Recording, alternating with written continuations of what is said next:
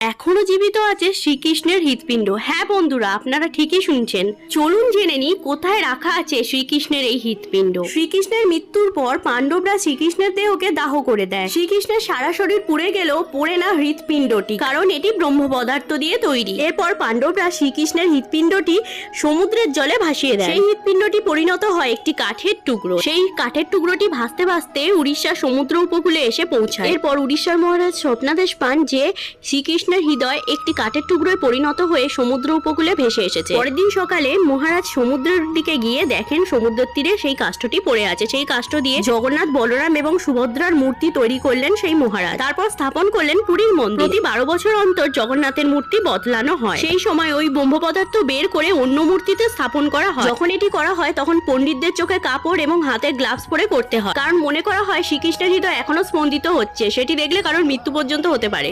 Joy Jagannath.